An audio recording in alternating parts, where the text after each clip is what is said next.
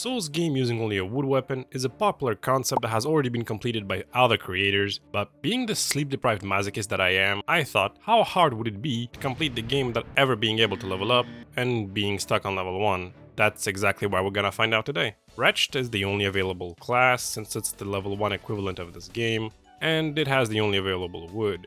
We do grab the master key though as a keepsake, and we start the run.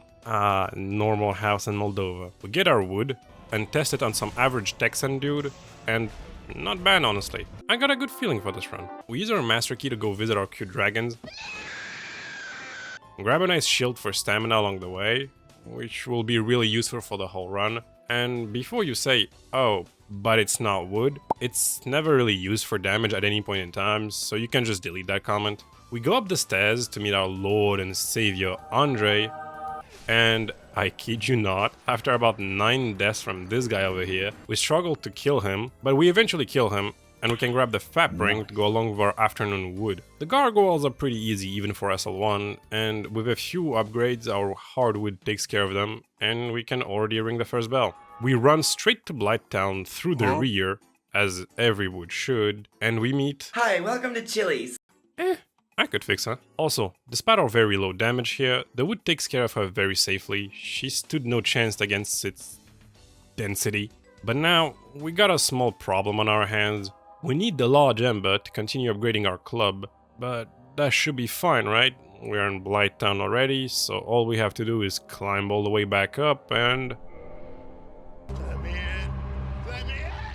Should have known drinking too much from the age of 12 would lead to this. You can't open the doors to Blighttown from inside Blighttown. What kind of fuck-ass doors are these? That does also mean though, we can't really dodge the Capra demon. I don't want to do this no more. Whatever. We go back up, walk through the gardens, we reach the Minotaur, we beat his ass, we grab the key to the basement, we go to Capra demon, and he kills us instantly. Well, that's okay. We can just use the shield to block the dogs, and now we can't move. That's fine. All we have to do is now run 5 minutes from Firelink Shrine and we die again. All good. We just have to go up the stairs in the arena and we...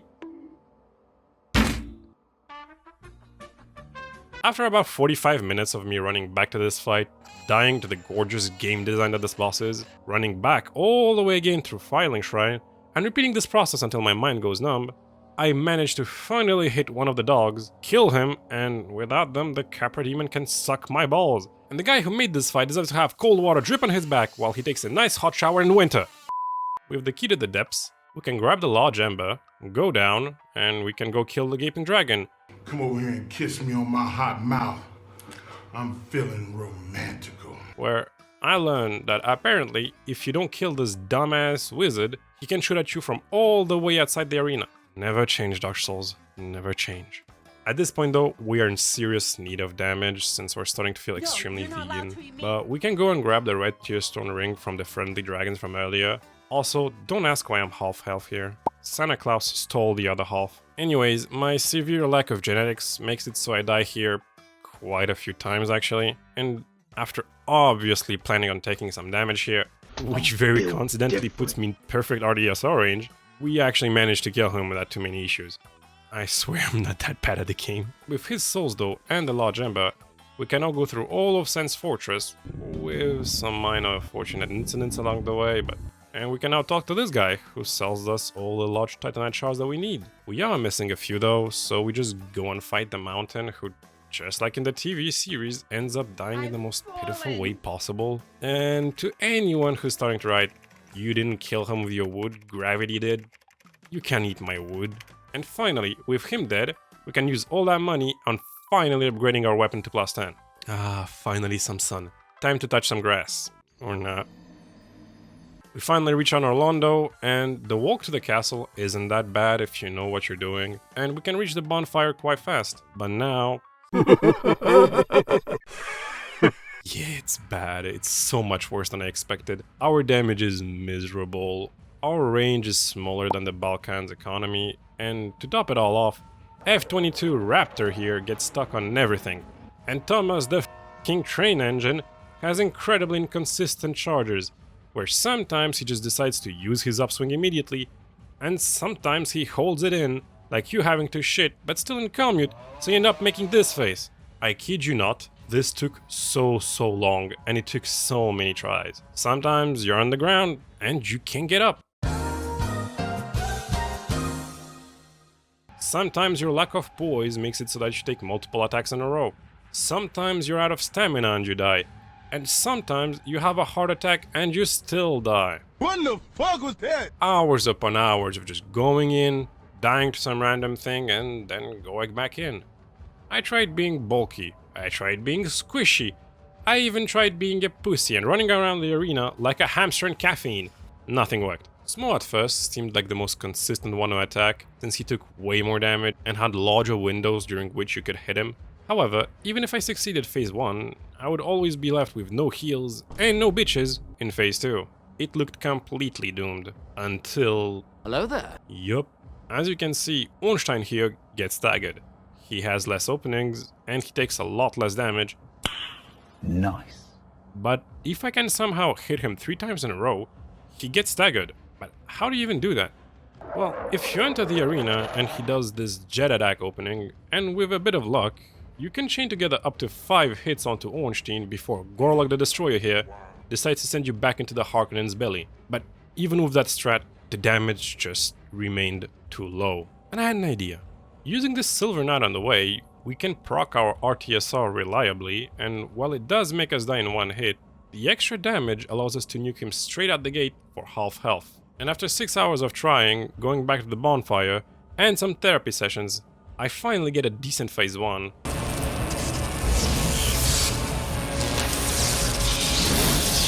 I immediately heal out of RTSR range, and thank God I did.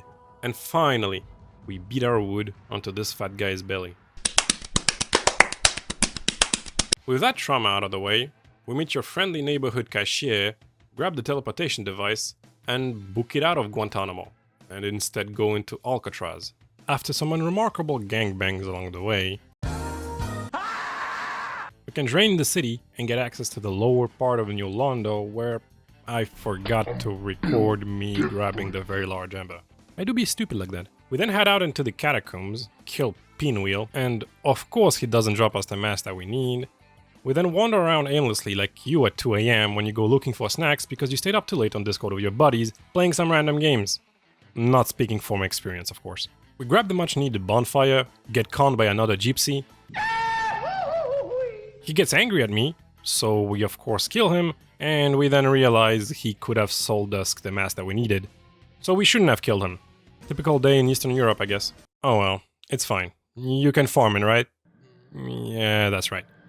It's a 10% drop from these idiots, and its loot table is shared with the other 2 masks. It's okay, we just have to go through this whole zone, and yeah, it's bad, but I got an idea. Going back into the gardens, we can kill the Moonlight Butterfly, grab the Divine Ember, then grab the large Divine Ember in Tombs of Giants with a suicide run, I'm over here stroking my dick. I got lotion. and by going back to Blacksmith Andre and giving him both of them, we can then grab another club in Anor Londo and upgrade it to a Divine Club +5.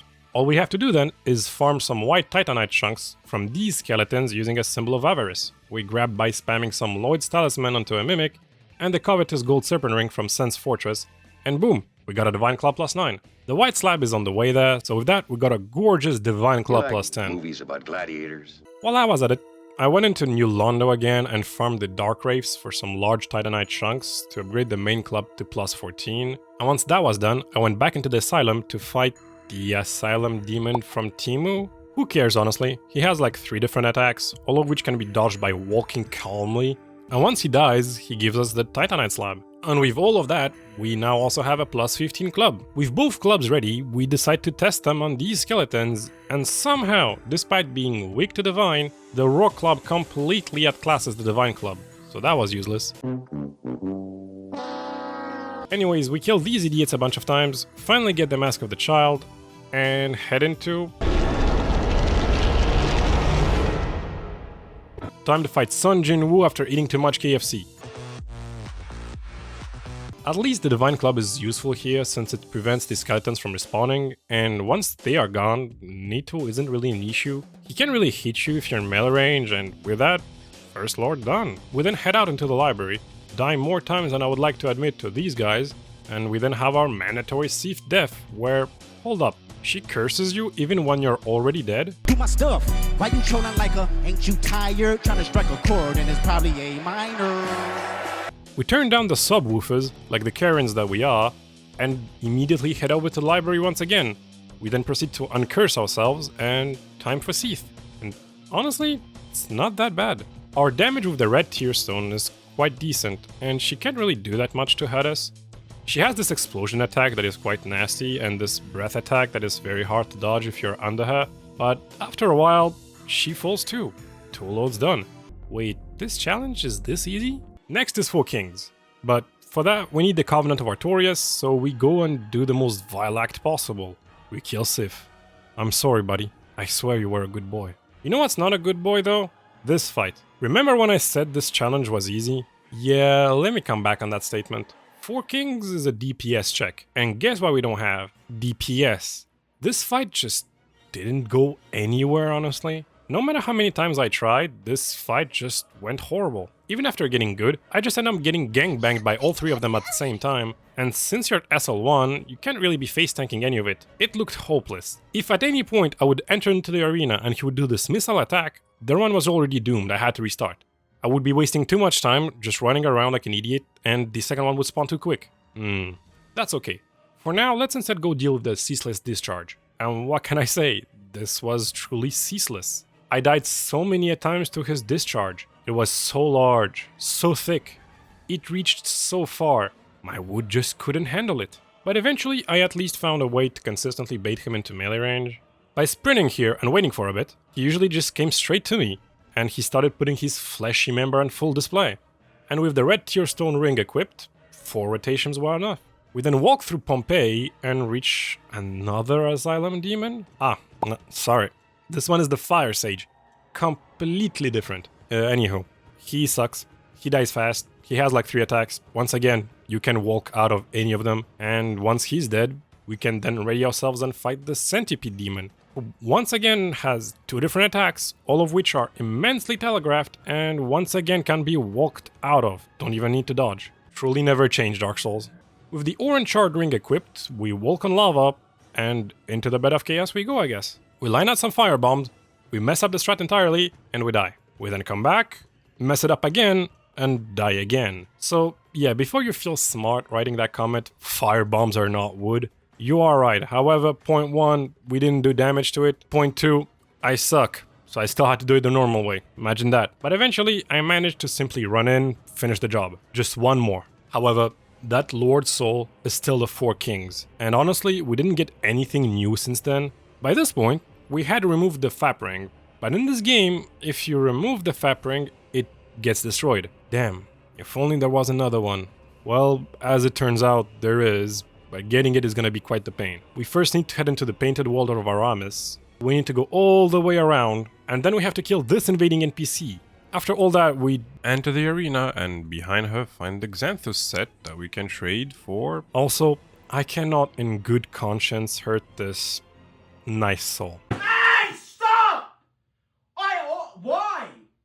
I just don't get it. I always catch you fuckers watching this sick shit. This is sickening! With the FAP ring equipped, we now have some extra health to work with at least, meaning we can at least tank some hits. But we still can't wear any heavy armor. Thank you Dark Souls 1 weight load. But it's okay. The bandit set is really nice damage absorption wise, but even with it on, we still get completely demolished. And that's when I remembered something quite unique to Dark Souls 1. Armor upgrades. I know most people don't even bother with it, but in DS1, you can actually upgrade your armor, which keeps the weight the same and increases its resistances. And while for most runs nobody really cares about that, since they just use Havel's set, for us this is a night and day difference. And so after some more farm and some more resource gathering, I like those odds. with the extra tankiness provided, we go in and we're still too low on damage, and eventually just keep getting overwhelmed. If only there was another way to deal more damage to them. Yep, as it turns out, the 4 kings are weak to fire damage. Now all we have to do is hope that this weakness is big enough for it to matter. To switch to fire damage, all we have to do is grab some green titanite shards, some red chunks, and a red titanite slab here, and bam, we got ourselves a +10 fire club. And as it turns out, that is exactly what we needed. With the armor on, we can always at least tank one hit from the second king, and the damage boost is just barely enough to not always get slashed into pieces like a wooden board. Even then, it still took so long until I finally managed to go through the 4 kings. All the lost souls are finally ours. But hold on. We still have something fun to do. The DLC! Yay! We kill the Hydra, we grab the pendant, we get our wood grabbed by a big black hand, and finally get to touch some grass. Hopefully nothing bad is on the other end of this fog. Yup, that's right. This time there's nothing bad. The Guardian is quite squishy and he has extremely nice openings that you can punish. However, that's the last time we have any happy time. Artorias is a pain. And I don't mean, oh no, I cut my finger while cooking. I mean, I tried washing my wood and it was too straight, and now there is shampoo down on it, and now I'm on my knees crying and praying. Wait, who the f wrote this script? Artorias isn't particularly fast, but he's incredibly tanky, and even more than that, he punishes your attacks all the time. Whenever you try to attack him, he either dashes away like Verstappen on his last lap, or he simply does a quick attack before you can even recover. Well, that is for all except exactly one attack. This somersault. As it turns out, the somersault has enough of an opening where you can run R2 him and run away before he clocks your ass, and you can then repeat that process. He does have very wonky hitboxes though, and sometimes he will catch you even if you're not inside the attack, but we have an easy answer for that. By joining this covenant and then fighting this merchant right here, we can trick the local Australian fauna into killing him and his bodyguard, and boom, wood grain ring. This ring increases not only our iframes, which is really nice, but even more so, it increases the length of our rolls. And with that, dodging all his attacks becomes incredibly consistent. At around 2/3 HP, he does start this animation, and you might be like, yeah, let's cancel him. No. The club does 30 poise damage, and Artorias' poise is 120, so you'll need 4 hits at least to stagger him, and yeah, that's just not happening. Just put the somersault in the bag, bro, and punish this one attack. And since it's not like you could tank his attacks before, might as well use an RTSR and punish the somersault even more. And before you know it, boom, Artorias done. After grabbing the key from the town, I talk about my one-taps. and what can I say? Kalameet is quite fine? I mean, his hitboxes on some attacks are illegal, but other than that, it's fine compared to some of the other bosses we had. Kalameet is very tanky though, so it takes a long ass time to kill him, but still, after a couple of tries. Now, Manus though, on the other hand, is fast.